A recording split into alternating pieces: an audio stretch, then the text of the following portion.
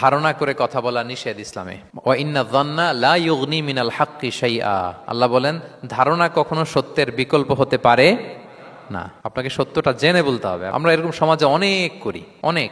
আপনি পাবেন, ধরেন যে আপনাকে আপনার এক বন্ধু দেখলো, রিক্সা দিয়ে যাচ্ছেন, আপনার পাশে এক নারী বসা, তো সে অনেক কিছু খারাপ ধারণা করতে পারে। এরকম হয় না সমাজে?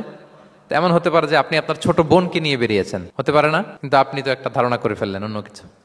বা আপনার ভাগ্নিকে নিয়ে বের হয়েছেন, আপনার আপন খালাকে নিয়ে বেরিয়েছেন কোনো কাজে, ডাক্তারের কাছে বা কিছু একটা হতে পারে।